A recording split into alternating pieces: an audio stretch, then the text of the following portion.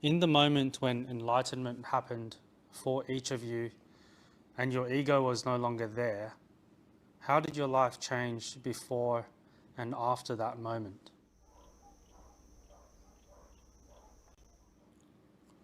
I'll ask Vishranт that one first. Okay.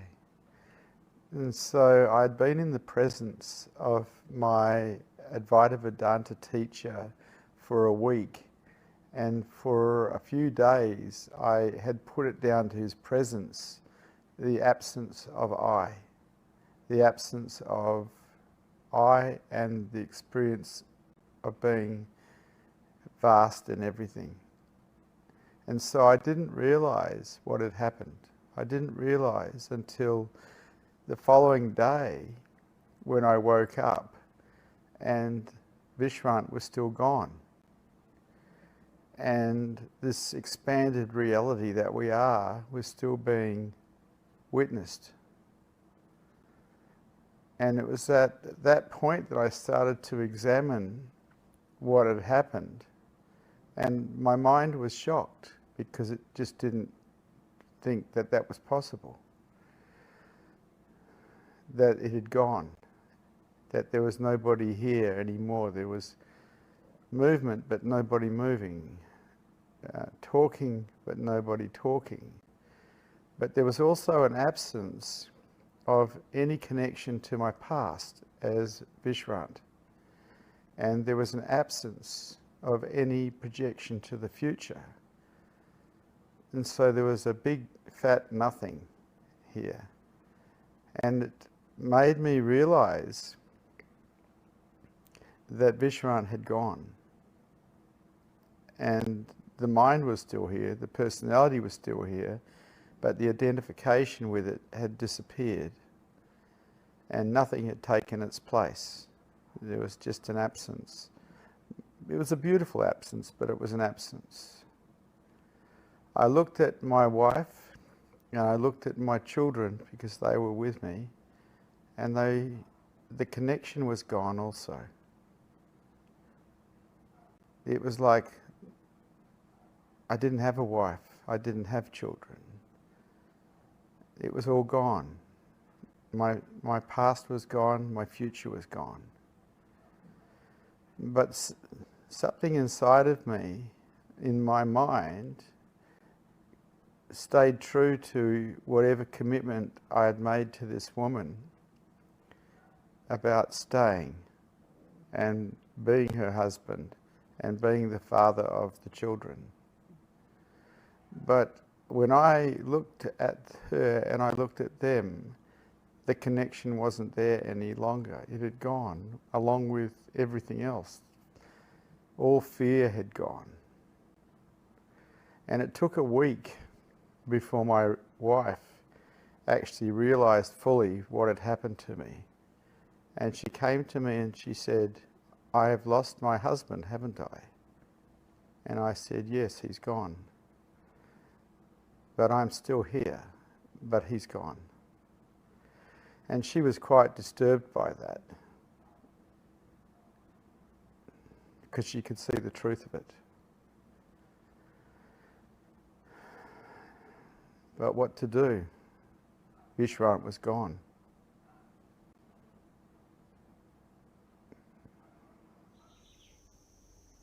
Does that answer the question for you, Tosh?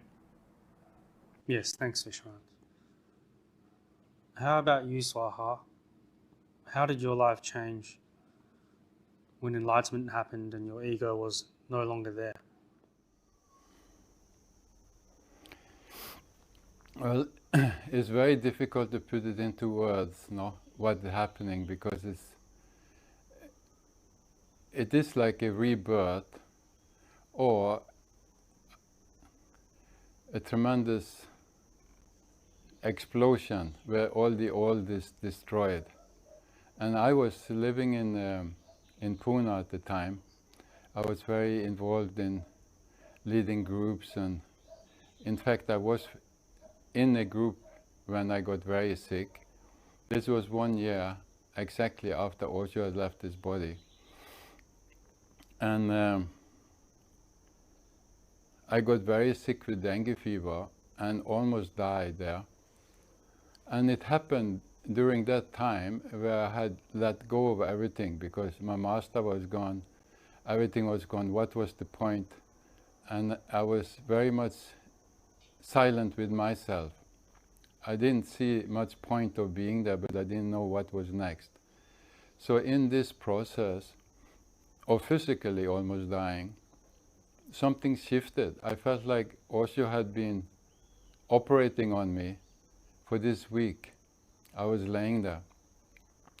And when I came back to myself, or when I could move again, and I was living alone at the time, my girlfriend was still in America, and when I started moving again, yeah, it was just what can I don't know what to call it. It's like a blissful vacuum and emptiness where you function just as clarity with yeah, there is no you there, and the thoughts came very, very, very slow for many days, just like responding to the things that was happening in the body, like, oh, you have to go pee. Okay. Hunger is there. You have to eat. So, what was very strange for me was to go back to the ashram and start dealing with situations which I couldn't do, and they didn't understand what was happening.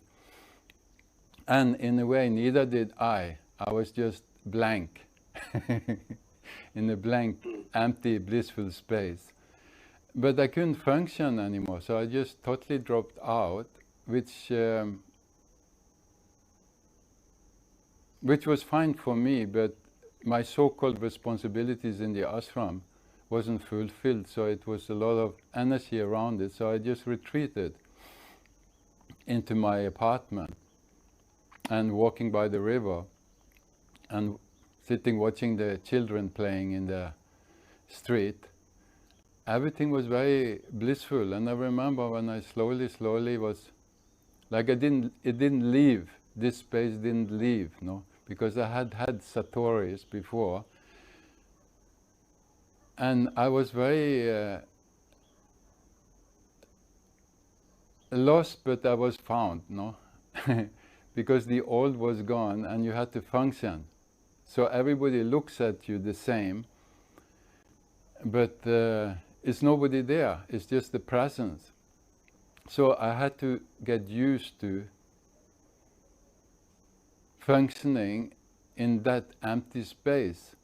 So I felt like it's a long way to come back to yourself, to lose all your identity or your conditioning, but there's also a long way to come back to function in the world, because you are like a newborn again.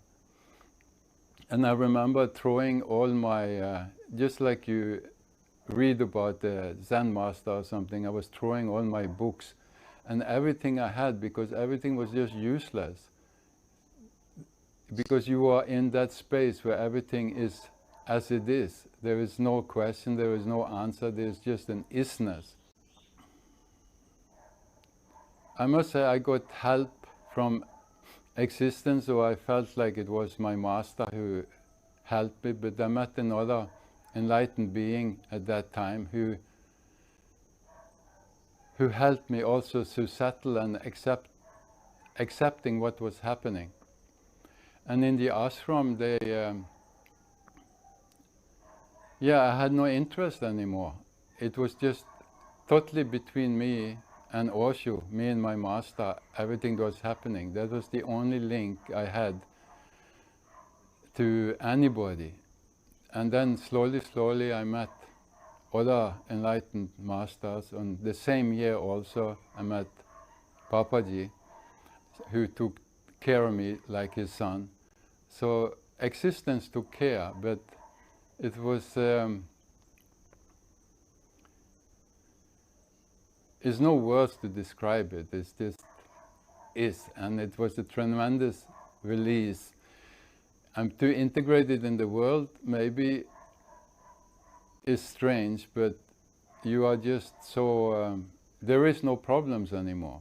There is no you, there is no identification with an ego, so there is no problems, there is no fear, there is no anything. It's just a tremendous peace and clarity and beingness. So to start functioning from that, of course everything, your life will totally change. Because you are not the one you were a few days ago, you know. It is really a rebirth. Rebirth as 20, 30, 40, 50 years old, no? So from this, after your realization, after your final awakening, what would you say motivates you to get back into the world? Or what motivated you to become functional again? Yeah. There was no motivation as such, because life, you are just then part of life. You are drowned in life. There is no separation between you or life. So life was guiding me. There was no me that I had an motivation for anything.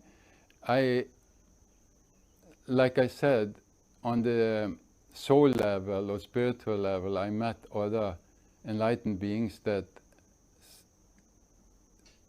allowed me to get more settled and rooted and accepting this space, because you don't know what's happening, because it's totally new. You don't know what's happening when you are born. You are just born, no? So it was like that. I didn't know what, but even people in the ashram, slowly they asked, you know, wow, what has happened? It's such a light. You look enlightened, but there is nobody there who is anything. You are just there as a presence. So for me, it was more uncomfortable. So I retreated more and more in my own beingness, no? And I went back to America, but I couldn't function anymore. So my girlfriend, we finished everything there and went back to India. So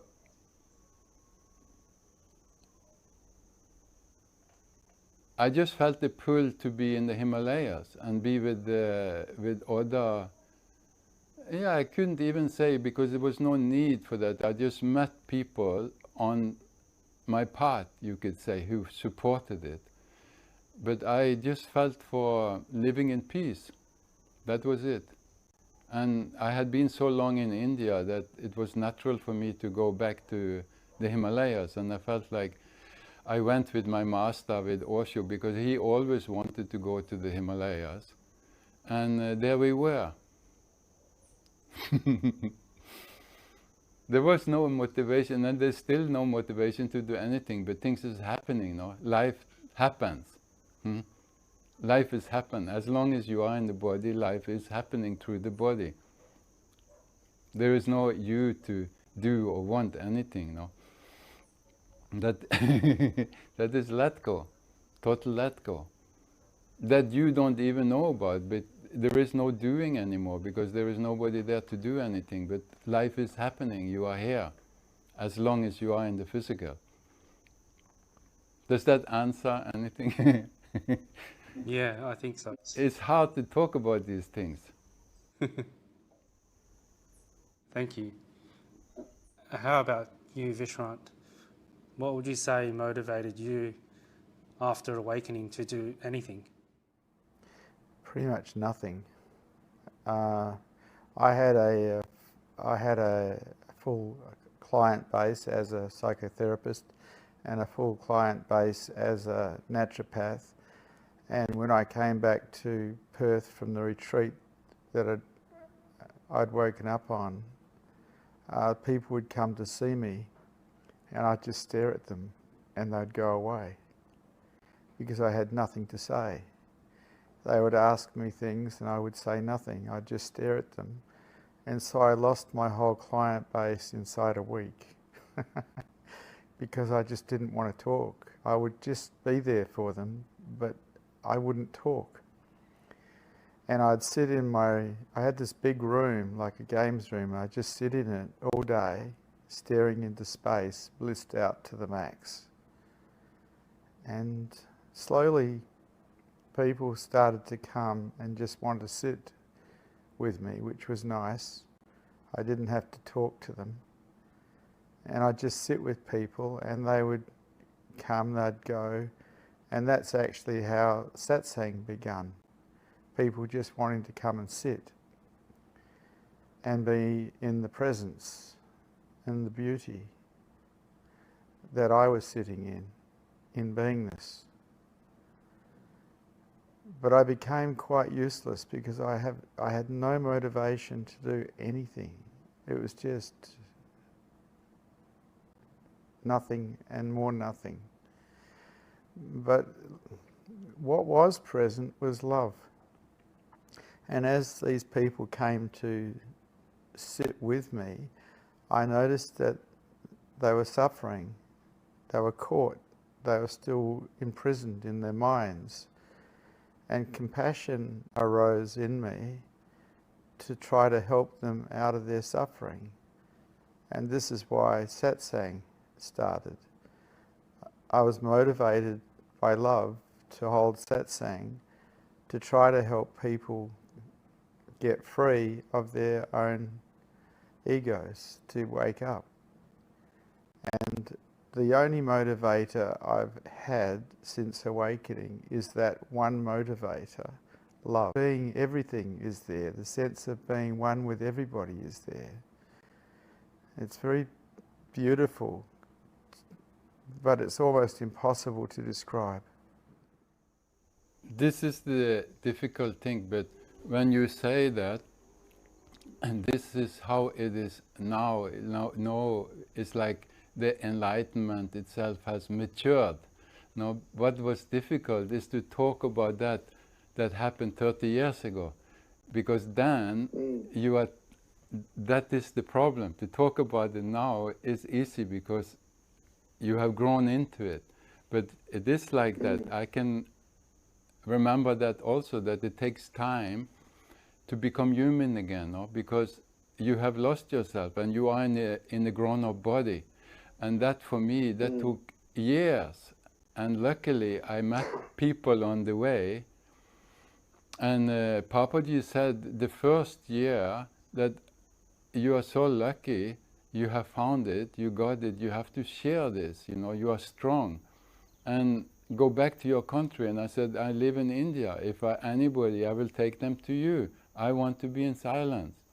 And that silence, that took maybe 5 years before existence.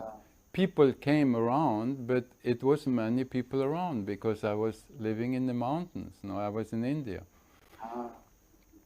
And for me it happened like I was invited because people started coming, and some fell in love and recognized something, and one man invited me to a big gathering, like a spiritual festival, if I could come there and share.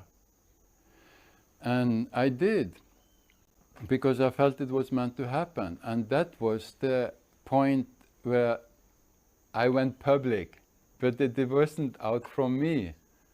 But then, as soon as that happened, then suddenly I had a following. Where did they come from? So it took many years for me, but then it was more ingrained. Still difficult. So that's what I meant when I mentioned before, like it takes long time to get back to the self, to get rid of the identification and the separation and the mind and all that. But then it takes long time to function again as somebody, but being a nobody. Yeah, absolutely. Yeah, I understand. I think our journeys have been similar. Yeah. It's just when I listen to you, you were in the marketplace, you were having your work, you were having your therapist role, your healer, whatever. And I dropped all that in the ashram. I was in that, but everything, I had no interest. I couldn't function like that. I just wanted to be with myself or with my master, no?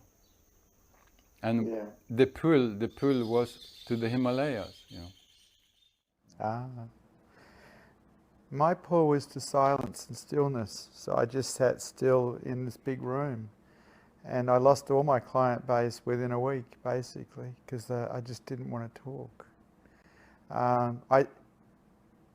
It was a very hard time for everybody around me, because they didn't really understand what had happened. Yeah. How can? You cannot understand. It never happened before. That's true. That's true. That's true. Yeah. That's true.